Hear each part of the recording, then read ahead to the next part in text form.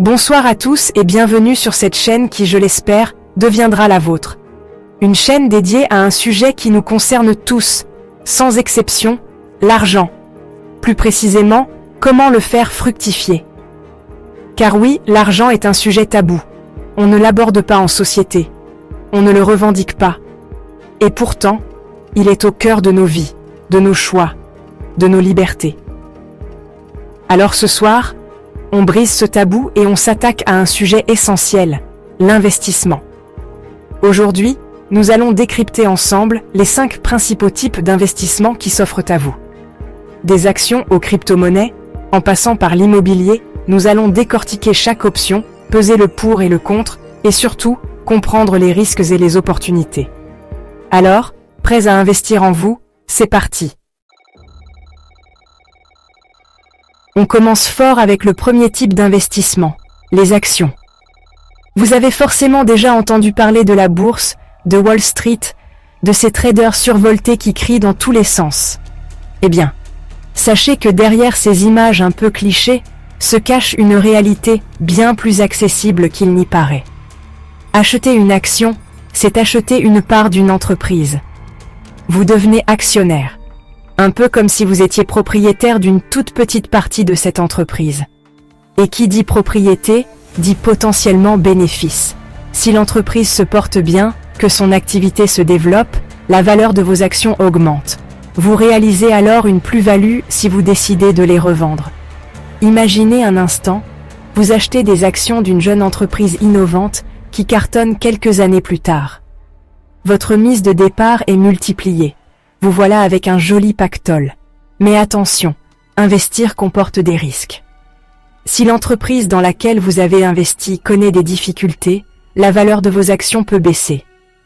Alors, avant de vous lancer tête baissée dans l'achat d'actions, il est crucial de bien vous informer et d'analyser les entreprises qui vous intéressent. Passons maintenant aux obligations.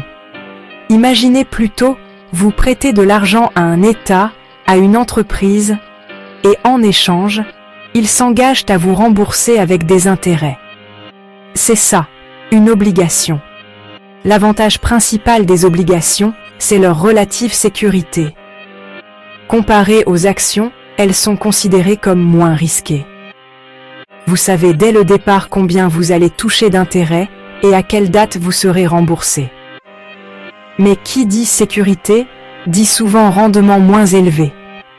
Leur objectif est plutôt de vous offrir un complément de revenus régulier et de protéger votre capital. Ah, l'immobilier, un investissement qui parle à tout le monde, qui évoque le chez-soi, le patrimoine, la sécurité. Investir dans l'immobilier, c'est acheter un appartement, une maison, un terrain, un local commercial, que vous pouvez ensuite louer pour générer des revenus réguliers.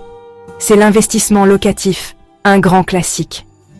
L'immobilier, c'est aussi la possibilité de spéculer sur l'augmentation de la valeur des biens. Mais attention, l'immobilier a aussi ses contraintes. C'est un investissement important qui nécessite un apport conséquent et est peu liquide.